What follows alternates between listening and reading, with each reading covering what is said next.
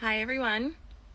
I have a topic that I kind of want to share today, and it's been on my heart for a little while, and I didn't kind of know whether it was relevant to my business to share about it, whether it would be anything anyone wants to hear, but I got a message this morning in my inbox just like being, how do you do it? How do you keep everything together? How do you manage your kids? Like, how do you, it looks so easy for you. Like, I can't run my business because I have like 2 kids and this is going on in my life and that, and I'm like, how do you do it? And it kind of made me realize that I've probably been projecting this image where it is really easy and flowy, and like it is, don't get me wrong, when you choose the business can be easy and fun, it can be easy and fun, but my life is not this magical easy thing. And I guess that's what I wanted to share, that 2018 was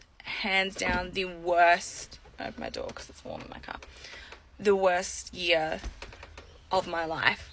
2018, so much shit happened, and I, like, from the outside, I guess the stuff that was happening to me in my life in 2018, the lessons I was learning were really, really, really dark. And it's not something that I felt I could share while in the process of healing and learning through that stuff. It's something I feel now that I can share about, but that's kind of the reason I didn't share all of this happening while it was happening in my life, because it's some pretty awful stuff to go through in the midst of still trying to be a mum and raise kids and run a business and all of that stuff. And we were hit with some pretty massive life stuff. So what happened last year for me? Last year started off with leaving the nutrition company I was working with, where I had a team of between 200 and 300 women, and making a decision to step back from that and being completely treated like a pariah because of that decision.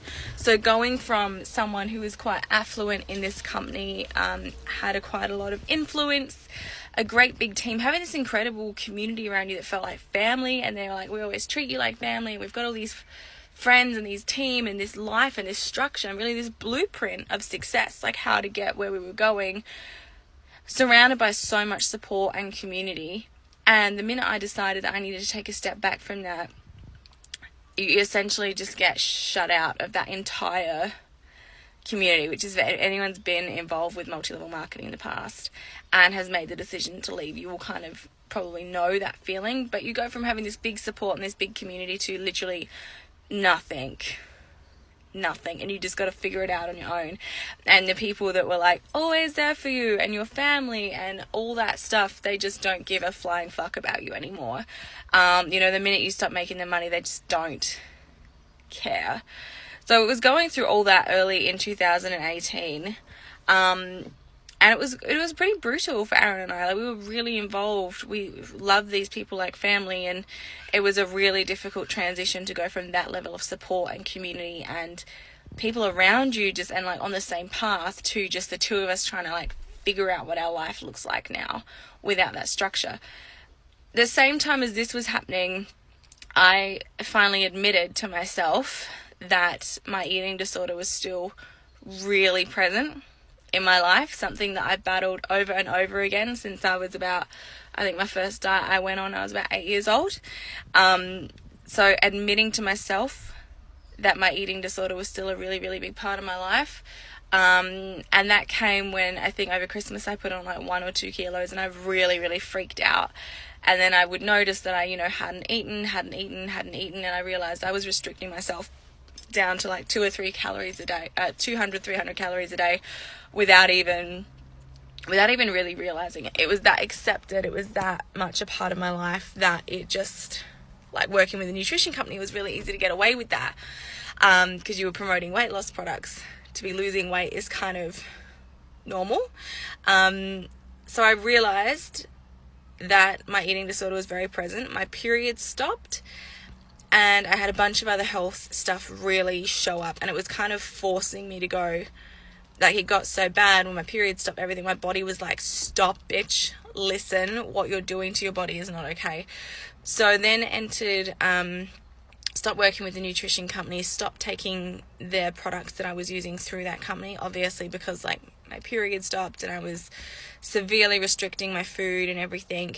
Always starting a new business, by the way. This is all happening. Sexy Selfish started in January. We left the nutrition company very early in February, and I went into eating disorder treatment by the end of February, all while like launching a brand new company as well, trying to pay the bills. Eating disorder treatment. So I recognized that I had a problem, and I knew straight away from past experience this is not something I can help myself with. Everyone just says just eat more, and it's really easy to say that, but after 20 years of being terrified of food and having this real toxic relationship and 20 years of restriction, just eating more food, it doesn't happen. So I went straight into my doctor and got referred to the top eating disorder specialist in the state. I didn't really think my problem was that bad. I didn't, honestly. I was just like, maybe I'm just making a big deal about it. Maybe I just need to be stricter. Maybe I need to just, do more weights at the gym, whatever it was. And I went to my doctor and he's like, no, you literally tick every single box. Again, we're here again. So I got into the eating disorder treatment program, started treatment with her, fortnightly sessions all year. Was pretty intense and full on. And that's like some serious therapy where they treat you pretty full on. Like you've got to prove that you're eating and prove that, you have to do weigh-ins with them and be putting on a certain amount of healthy weight. And yeah, like it was a pretty full on treatment program, but I'm really, really glad I did it. And yeah, so we did 12 months of treatment in that. They did say one of my case is one of the most complicated, most long-term, most fucked up because it's not a simple solution. The fact is I've been restricting my food for so long, for so many years, that I had no hunger signals anymore. Had no hunger triggers. It wasn't even about my body looks fat or I look disgusting. It was literally, I don't get hungry. I don't eat. I forget to eat.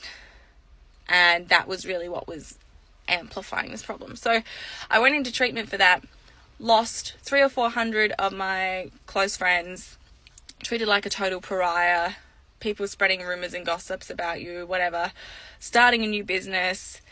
And then we start school this year. Both the kids had massive regressions in terms of starting school. So Holly started kindy. That was really difficult on her. She's got a lot of anxiety around meeting new people. So it was like kindy drop-offs would take an hour in the morning. And then Eric had a bit of regression. He's got autism. So school drop-offs would take an hour in the morning because he would cry and not want me to leave. And then what else happened in 2018? So this is around April, May, June. My friends dumped me. So Aaron and I had a friendship group that we were quite close with they were his friends from kindy and primary school and stuff, and grew up together. And obviously, like, we have kids. A lot of the other group didn't have kids, and we noticed they were starting to, we've always done everything together, and I even started like these ladies lunches where all the girlfriends of Aaron's friends, boys, whatever, we weren't really friends, we didn't know each other. So I started these lady lunches things where we go out wine tasting and go out to different places and stuff like that. So I started this real friendship group, and then we started to notice through social media, lovely, that they were doing things and we weren't getting invited. And all the personal development we've done, we're like, no. Like, surely they've just made a mistake. They forgot to invite us, or they've just used a group chat from last time they caught up, which we couldn't make it. So it's just, it's an honest mistake. But it kept happening again and again and again. And then we realized we'd been dumped by our friends. And it was really, really difficult. I think going through the big loss of not having the community and support from the business that we were in, and then add on top of the fact that our friends obviously didn't want anything to do with us, you start to question and go like, am I a really, really shit human? What have I done so wrong? And it was kind of at that point where it's like, do you ask or do you just leave it? Do you need closure or not? And it took me like a full 12 months to have that closure and actually sit down and have a conversation with a couple of those girls and figure out what it was. It was the most stupid bullshit. You can't even imagine what it was over. So I'm not interested in being friends with them anymore. They're that petty and ridiculous and jealous and whatever. But we lost all our friends. We left our company. I went through massive health problems, eating disorder treatment, mental health, anxiety and depression kicked in really bad, like to the point where I'm like, I can't feel joy.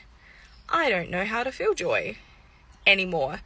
I was drinking a lot, and like, you guys know I love wine, but this is to the point where I would never drink during the day when I had to pick up the kids, but after I got home, by the time Aaron got home, I would be like pretty tipsy, and like sometimes I just got like hammered by myself to just like, I couldn't deal with feeling that numb, and I didn't want to feel numb anymore, so I would just drink, and I would drink wine, and that would be, you know, totally fine. Apparently, like, motherhood and wine is something that we put together. It's something that's okay. But I was drinking a lot of wine.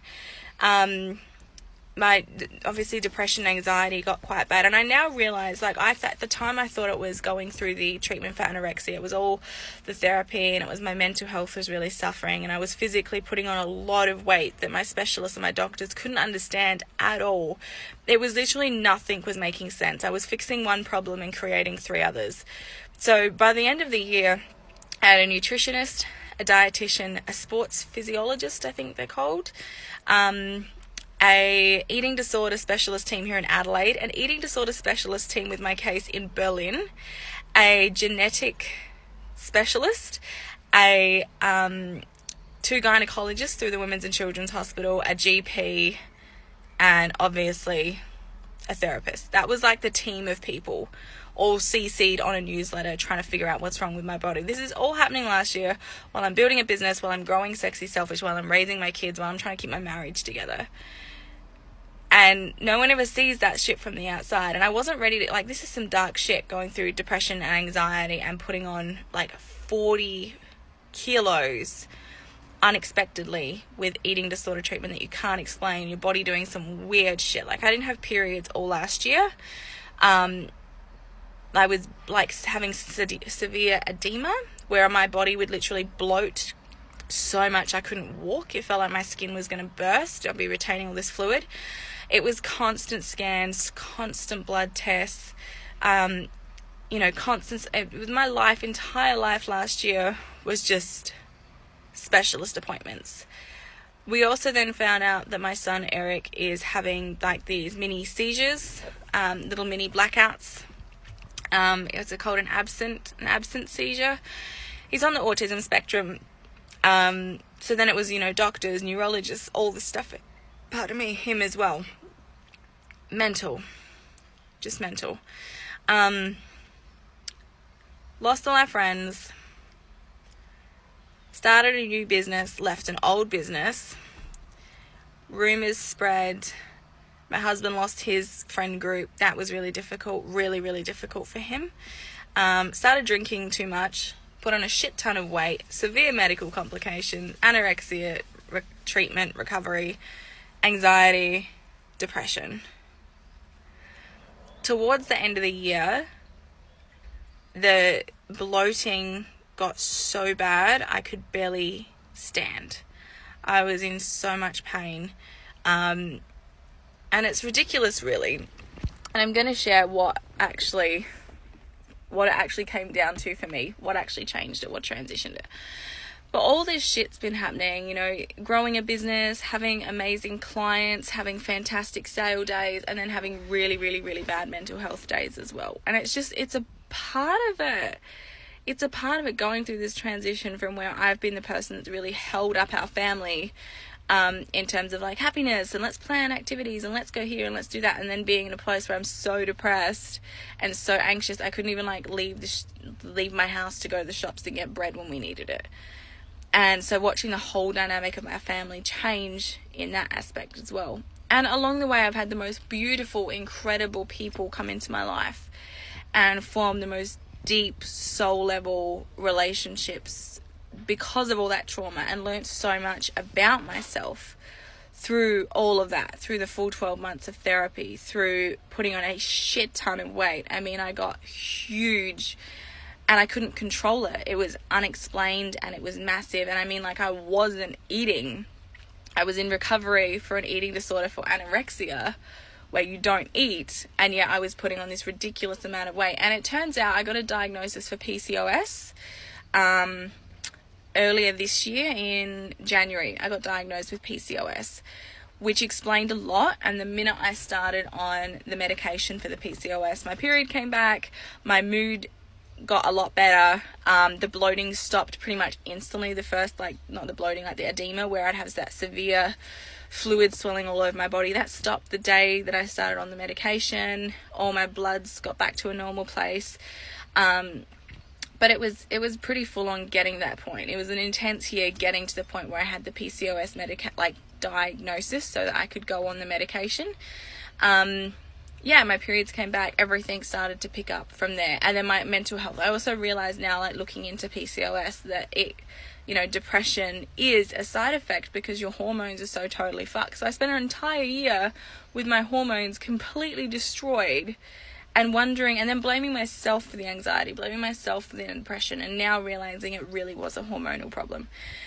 So from the outside, my page is very inspirational, and I do always try to be authentic and share as much as I possibly could. But I think now, if you've watched this live and you've heard a bit about my year last year, you might understand why that was really, really difficult to share all of that with you while I was going through it. I needed to go through it and process and learn and heal for myself. And then now it's something I feel more comfortable sharing about. And obviously my one-on-one clients knew a lot more of that was happening, but it's difficult to share about that kind of stuff publicly when you're going through it, and it is so life altering and all consuming.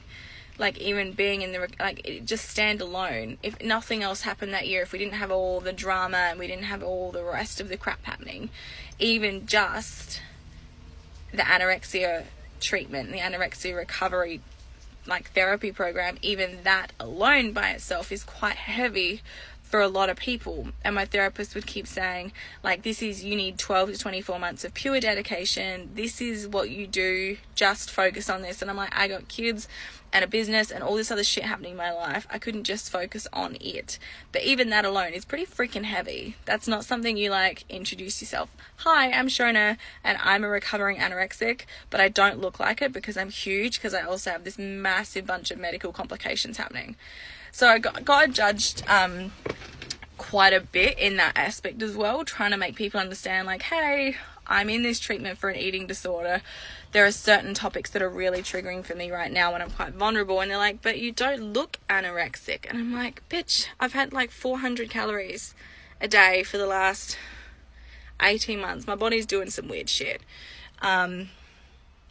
Anyway, I can rant on diet culture, and this is not meant to be an eating disorder talk, but I just wanted to let you guys in now because I'm feeling a lot more comfortable sharing it. Earlier this year, with the PCOS diagnosis, they said, okay, PCOS, we need to get your weight down. I was unexplainably putting on 1 to 2 kilos a week. It was obviously because of the PCOS, but at the time they're like, your blood, all your blood test results are really not looking good. We need to get some of this weight off. And I'm like, babe, I'm trying. I've done everything, but I'm also in recovery for this eating disorder. So they put me on some medication, and I didn't really look too much into it. At that point, I'm just fix me, doctors, do whatever. So I was on Duramine, which you guys have probably heard about. Comments are weird. People are weird. I went on Duramine for 3 months, and looking back, that was not a great option for me. Recovering eating disorder patients should never have a drug that suppresses their appetite even more. recovering eating disorder patients should never have a drug that literally makes them even higher, because like when you have an eating disorder, you feel almost high off the feeling of eating nothing, off that feeling of starvation. Those hunger pains are like crack to you. So then they literally gave me something that's pretty much an amphetamine. And after I was feeling okay the first month, like I had a shit ton of energy, the depression lifted straight away, obviously because I was high the whole time. But by month 3, I was like ready to walk out of my relationship. And I didn't really understand at the time until my sister, who is a nurse and a midwife, and she's like, Shona, what are you on? She's like, this is literally an amphetamine. It will make you so angry. And I'm like, I'm not angry. What are you talking about? Yeah, I was pretty freaking mad. I was so angry all the time. And that's why I was starting, like, why our relationship started to crumble, my marriage started to crumble, because I was so angry. And because I felt great, because my period had come back, because all of my health was improving and I was feeling really good, I didn't notice the pattern. So I had a really, really big fight with my husband. Called my sister and she's like, yeah, you need to get off this stuff. It's obviously making you really angry. So I went off of the Duromine, had a 3-day withdrawal, which was fucking shit. They don't tell you about that when you start. It's like coming off of drugs. That was like awful, shaking. I'd only been on it 3 months. People are on it for a lot longer than that. So going through like drug withdrawals and then realizing, yeah, after those 3 days were done, it's like, oh my God, I'm me again. I feel like me again. Like from a year with fucked up hormones, not feeling like myself, being so depressed, to then having lots of energy and feeling really like, whoa, let's get shit done, but being really angry and easily triggered. I was just so angry all the time. And then now it's been like 4 or 5 months off of Duromine and I feel so much more myself, so much calmer, such a better mum. And like, so that's been pretty fucking traumatic 12 to 18 months behind the scenes of my little sexy selfish business. And it's been messy and complicated and traumatic and just heavy. It's like that stuff alone would take up every second of someone's thoughts. And I had all of that stuff plus growing a business. So I just wanted to, you know, in the spirit of authenticity, being an authenticity ambassador, I didn't lie about that stuff over the last 12 months. It's not like I kept it hidden, but I just wasn't ready to share. And now I am. So I hope that enlightens you all a little bit to the fact that we're not all perfect. We don't all have these magical unicorn lives. I've been through some hell and back over the last 12 months. It has been the worst 12 months of my life, and I know it's silly to put like a calendar on it, say like this was the bad year and now I get a good year, and it's not like that at all. But it was, when I look back and list things off like that, it was pretty full on. So just know, when you are in the darkest days, I had some really, really dark days in there. Really dark days where I just could not see the light, could not see the hope. Just keep going, because you're here for a reason and you have a message that's meant to be shared with people. So just keep going, keep pushing through, and the good days will come again. They will. And I'm in that place now, and I'm so grateful for my husband and my family and my beautiful friends, you know who you are, who stood by me during the shittest part of my life, who loved me, you know, when I was happy and bubbly and amazing, and who loved me when I was just ready to leave, like I just wanted to run away, who loved me anyway. And to the people that didn't, fuck you. Alright guys, I've been blabbering on for too long now. I need to go and eat something. I'm not hungry. I don't ever get hungry. I have no hunger triggers, but by the time it's time to go and eat something. Bye.